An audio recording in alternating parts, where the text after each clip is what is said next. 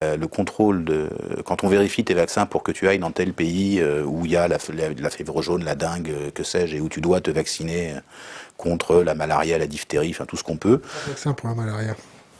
Pardon, je ne suis pas assez spécialiste en maladies exotiques et tropicales, mais les endroits où on va contrôler ça, ça va être au moment où tu embarques dans l'avion, c'est hyper limité, c'est pas un patron de bar qui vérifie au moment où tu rentres pour boire une bière, et c'est pas nécessairement couplé avec un contrôle de ton identité.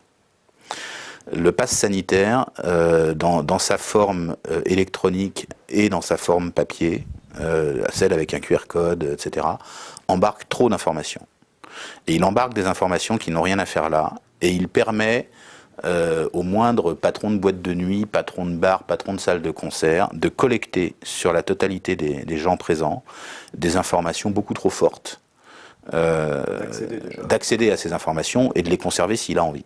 Et ça, c'est un problème. Et ça, c'est embêtant. Et c'est d'autant plus embêtant derrière, indépendamment de cette question-là, qui est pour moi une question de principe et de ce que j'en pense, il y a ce que dit la loi. Il y a eu un petit clash parlementaire autour de ce pass sanitaire. Je ne sais pas si tu t'en souviens, mais quand le texte de sortie de l'état d'urgence sanitaire a été voté au Parlement, le groupe Modem, qui fait partie de la majorité, a dit « nous, on ne veut pas le voter en l'état parce qu'il y a ça et ça sur le pass sanitaire et ça ne nous va pas.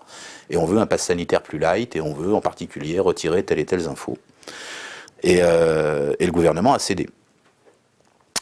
Et donc, après une petite demi-journée de micro-crise, si tu veux, le texte de loi a été modifié et le pass sanitaire a été adopté dans une version un peu plus stricte en matière de protection des données personnelles. Or, ce que le gouvernement applique en ce moment, c'est ce qu'il avait prévu. C'est pas ce que le Parlement a voté.